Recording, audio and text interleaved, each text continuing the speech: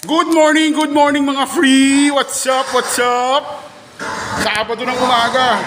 Time check, mag-aalas 10. Nandito tayo sa eskwelahan ng, anong eskwelahan to? Northville. Ito ang gagawin natin ngayon mga free, kawang gawa.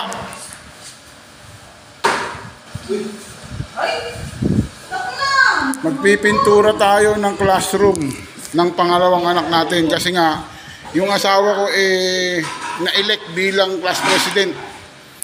So, kailangan nating pinturahan ito. Buong classroom. Siyempre, ang kasama ko, ito.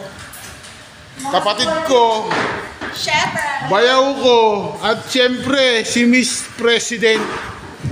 Yan. Kita nyo naman, 4 kami. Sa isang classroom, 4. Wala tayong magagawa. Busy lahat sila.